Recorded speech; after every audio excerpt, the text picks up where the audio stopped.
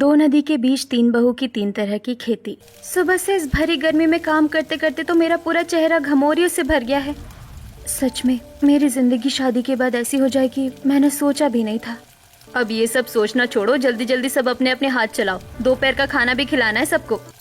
दरअसल तीनों बहुएं दो नदियों के बीच एक छोटे से टापू पर रहती थीं, जिसे मनहूस टापू के नाम से जाना जाता है। तीनों बहुएं बिना बिजली, बिना कम पैसों में गर्मी सहते हुए सभी जरूरतों का ध्यान रखती हैं। इसी तरह दोपहर को जब वो सभी को खाना खिलाती हैं, अरे लगता है मेरे दोस्त का फोन आ रहा है, मुझे किसी काम से बाहर जाना पड़ेगा। अरे हाँ, मुझे भी एक काम याद आ गया है, मैं जा रहा हूँ। जब मेरे बेटे यहाँ नहीं रहेंगे तो मैं यहाँ रहकर क्या करूँगी? वैसे भी मेरा खाना हो गया है, मैं भी जा रही हूँ, तुम तीनों भी खाना खा लो। इसी तरह सभी लोग वहाँ से एक एक करके चले जाते हैं और बहुएं खाना खाने बैठती हैं।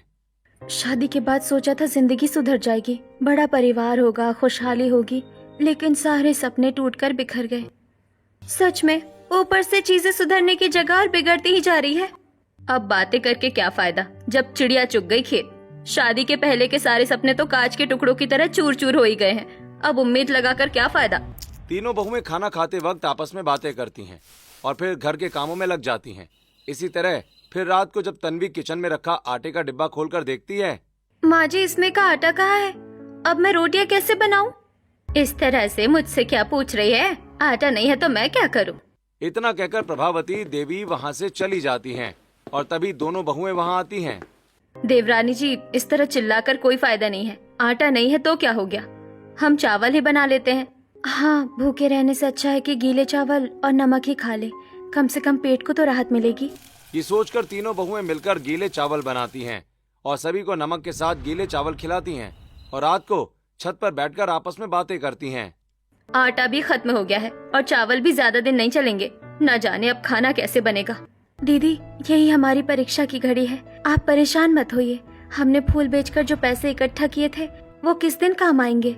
अरे हाँ, पिछले महीने जब हमने फूल बेचे थे तब तो ये देखिए दीदी, सारे फूल बेचकर पूरे 1000 रुपए मिले हैं। मतलब फूल के पौधे लगाना हमारे लिए महत्वपूर्ण साबित हुआ। लेकिन ये खुशी अब अपने घर वालों के साथ नहीं बांट सकते। अगर हमारे पतियों को पता चलेगा कि हमारे पास पैसे हैं तो वो सब जुआ और शराब में उड़ा देंगे। ठीक है दीदी, आप चिंता मत कीजिए, इसके बारे में हम किसी को नहीं बताएंगे और ये सारे पैसे मैं अपनी अलमारी में छुपा कर रख लूंगी। अब वही पैसे हमारे काम आएंगे। कल घर का सारा काम करने के बाद हम मार्केट जाएंगे और राशन का सामान खरीद लेंगे। तीनों बहुएं छत पर बात करते हुए गर्मी की वजह से छत की खुली हवाओं में ही सो जाती हैं और फिर अगली सुबह उठकर तन्वी रसोई में चावल भिगोने लगती है। कितनी गरीबी झेलनी पड़ती है अगर पति का साथ ना हो तो। वहीं आराध्या बर्तन धो रही होती है। बर्तन धोने का साबुन भी खत्म हो गया है, न जाने कैसे दिन आ गए। सभी अपने अपने काम में लगी होती हैं, तभी नताशा अपने कमरे में जाकर अलमारी खोलती है। अरे मेरे सारे पैसे कहाँ गए? अब घर का राशन कैसे आएगा? दीदी, देवरानी जी, आप दोनों यहाँ आइए, पैसे चोरी हो गए। ये सुनते ही सभी दौड़कर कमरे में इकट्ठा हो जाते हैं। दीदी ध्यान से देखिए, वहीं कहीं होंगे। हे भगवान, सारे पैसे कहाँ चले गए?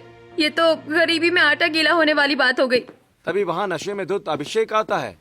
मुझे पता है पैसे कहाँ गए, जरूर तेरे पति ने जुए में उड़ा दिए होंगे। आप पीकर आए हैं? ना, बिल्कुल नहीं, मैंने पी नहीं है जी, मैंने पी नहीं है।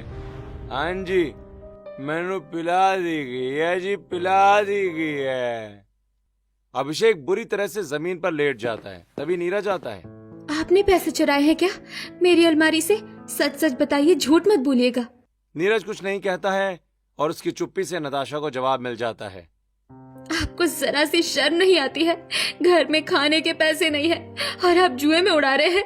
शायद मैंने सच में गलती कर दी, मुझे पैसे नहीं लेकर जाने चाहिए थे। तभी वहाँ गुस्से में प्रभावती आती है। अरे इतने तेवर क्या दिखा रही है? पैसे पति ने ही लिए हैं, किसी और ने नहीं। मम्मी जी पैसे लेने की वजह से नहीं चिल्ला रहे हैं, पैसे बर्बाद करने की वजह से चिल्ला रहे हैं। ना जाने अगले जन्म में कौन सा पाप किया था जो ऐसा घर खानदान मिला है। ऊपर से मम्मी जी का बोलना भी बंद नहीं हो रहा, सारे पैसे भी खत्म हो गए। भाड़ में जाए, अब मैं नहीं बना रही कुछ। सच में इतना गुस्सा आ रहा है कि क्या करें, चलकर सो ही जाते हैं। तीनों बहुएं अपने अपने कमरे में जाकर सो जाती हैं, जिसे देखकर प्रभावती चौखट पर बैठकर ताने मारना शुरू कर देती हैं। देखो देखो, पति ने 2 रुपए क्या ले लिए, ऐसा तमाशा फैला रखा है कि इंसान भूखे मर जाए। सारा काम छोड़कर कमरे में जाकर बैठ गई है। अरे पैसे गायब होने पर अपने पति पर इल्जाम लगा रही है, कैसी पत्नी है। अगर थोड़े पैसे ले भी लिए हैं तो क्या हो गया, बच्चा है, गलती हो जाती है। प्रभावती देवी की किचकिच सुनकर तीनों बहुएं परेशान होकर किचन में जाती हैं और बर्तन पटकते हुए खिचड़ी बनाती हैं। दीदी मैंने चावल धो दिए हैं, आप दाल धोकर डाल दीजिए। तीनों बहुएं मिलकर सिर्फ नमक हल्दी वाली खिचड़ी बनाती हैं और ले जाकर प्रभावती के सामने रख देती हैं। ये लीजिए, खाइए खाना।